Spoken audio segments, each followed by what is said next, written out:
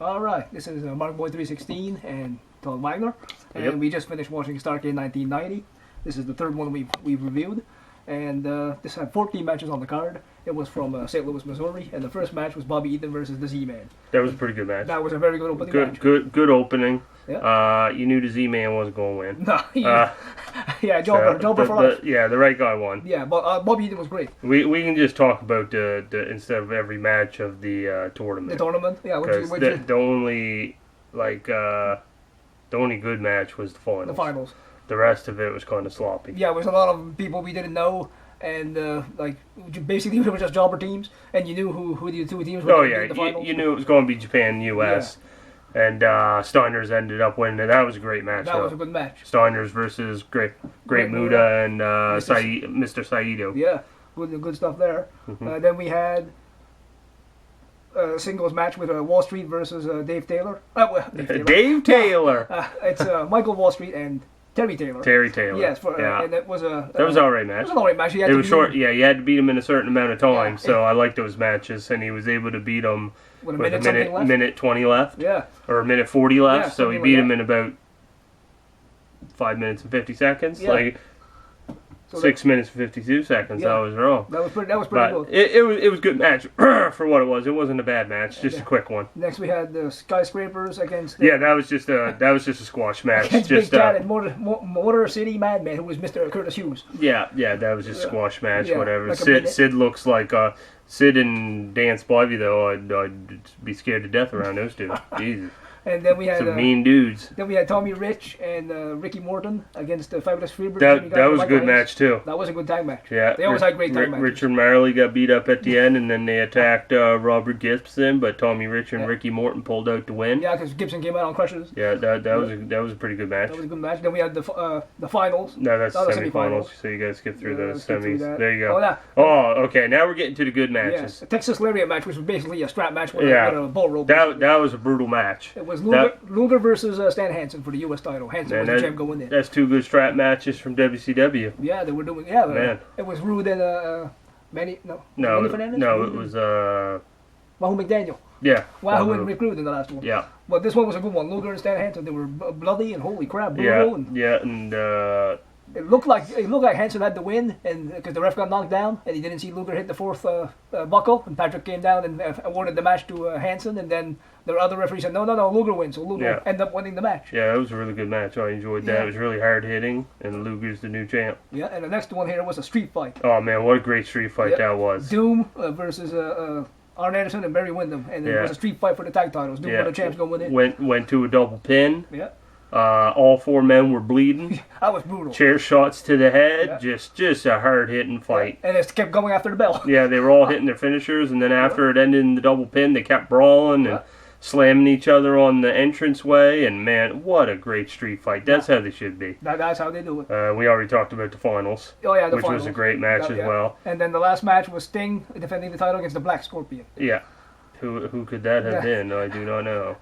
It was Ric Flair. Yeah, it was Ric Flair, yes. But you could not tell it was Ric Flair, though. Because I haven't seen Starrcade 90. No. And I'll watch people talk about it, and they'll be like, oh, you could tell it was Ric Flair. It's like, well, how could you tell that was Ric Flair? He had no mannerisms like Flair. No. He didn't do anything Flair did. No, he never did any moves at all. There was once in a while he might yell out like Ric Flair used to do, but it was like twice in the whole match. And he did a thumb to the eye, which Flair would occasionally do. Yeah, I'm just like how could, like, you know, at that time if you watched it and saw him all the time, like every week, you might pick up that's Flair.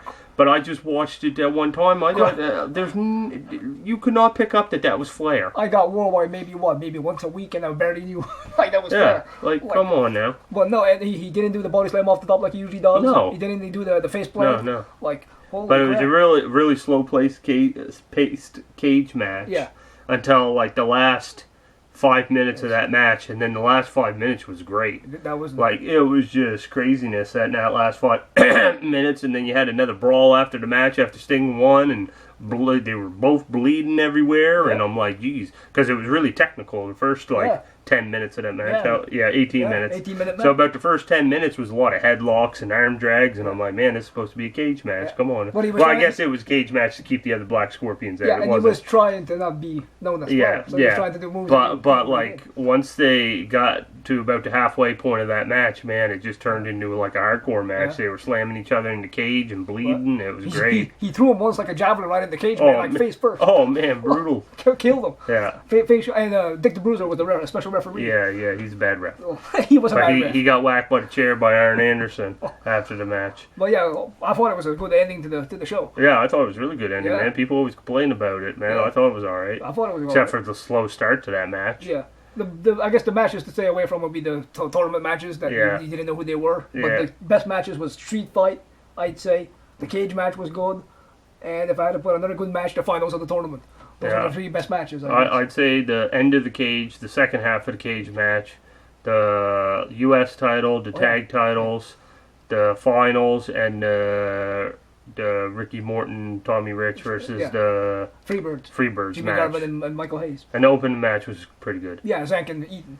Yeah. But the rest was the rest. So like 6 out of the 14 matches were good. Yeah, skip the rest, but those were the main ones to hit. Yeah, it was a little too many matches, but those last. And some were like 3 minutes, 1 minute, 2:51. Like. Oh yeah, they were really short. Yeah. But the closing stretch of the pay-per-view was really good. It's the opposite of what WWE. Usually WWE, they got 2 good matches, and then the last 7 matches sucked. This one, the first matches sucked, and then the last 4 were just bang, bang, bang. But they used to, fire. They used to know how to do their main event matches back then. And they had good matches. But what would you give this Starrcade? I don't think it was as good as 87. No, 87 was the best one we watched. Out of the 3. Out of 86, 87. What would you give it? I always give my number first. I would give a 7. No, honestly, I would give a solid 7. That's what I was going to give it. I wanted you to give a different number because we always give the same number. And that's what I would have gave it. I got decent matches. So the ones sucked, like we said, and the rest were good. Yeah. So a good 7. Like, it puts it...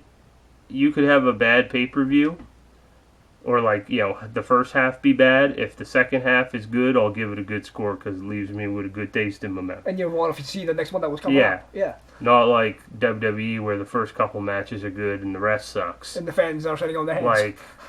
Like I said, those last 4 matches were great. Like, see, that was good. That was good pacing and good placements of the matches too. Yeah. They did that right. Like, you don't put a good match, bad match, good match, bad match. The fans would go up and down. You wouldn't. It wouldn't work. It wouldn't work. Don't do that. You put all the bad matches first.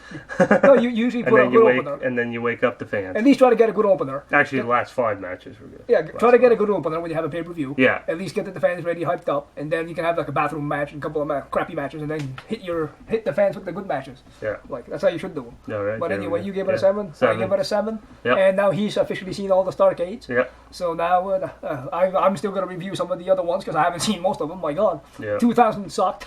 99 sucked. Yeah. But the rest were pretty good. I want to see, actually, I like to see 98 again. That was a good. I want to see that one. Is that the one where Paige wins the U.S. title from hitting? Yeah. Or is it 97? No, it's 97. Yeah, 97 because 98. That wasn't that Brett and Paige? Yes. Yeah. Yes. Okay. Yeah. Well, yeah. Well, I think. Yeah, they run together sometimes. Yeah, but yeah, thank you guys for joining me. I'll put the link in the description for his Twitch channel, and thank you for joining me, and I'll catch you in the next one.